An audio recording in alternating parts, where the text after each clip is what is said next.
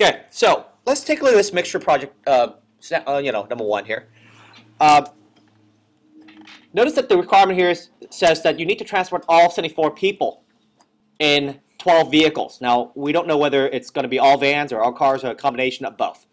We also know that we have only 12 parking spots up there, so only 12 vehicles can be going at the same time.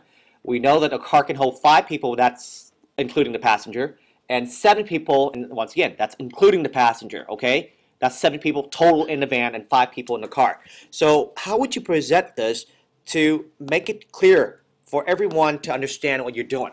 Well, what you need to understand is that, well, we know that we have vans and cars involved. And we also know that for a car, we have 5 people in a car and 7 people in a van. So you've got to specify that when you explain it. And since I want you to go with the approach of trial and error, I want you to think of, okay, well, what if I have just all 12 vans? For all 12 vans, I have 0 car. Is that correct?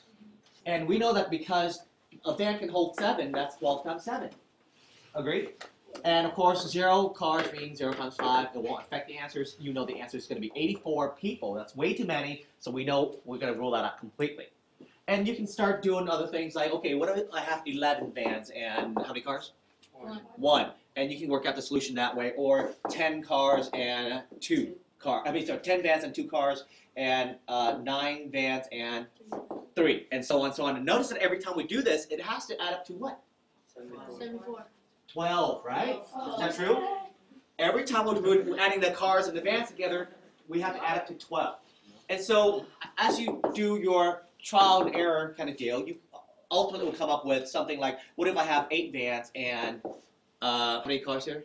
4. So 8 vans mean 8 times 7, and 4 mean 4 times 5. That's 56 plus 20, end up with what? 76, and you know that the answer is so close.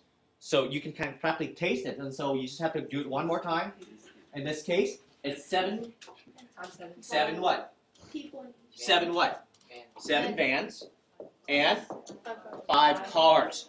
And once again, if you add up the 5 and 7, it will add up to 12. And if you multiply it out to get the number of people in the vans and in the cars, you end up with 74. And this is the kind of approach that I want you to think about as you work on your next problem. However, please, notice that it will take you a while to get to the solution. I want you to, as you work on your next problem tonight, I want you to think of a better solution perhaps. Is there a better way to do this? Okay, to eliminate the guess and check work. Okay, so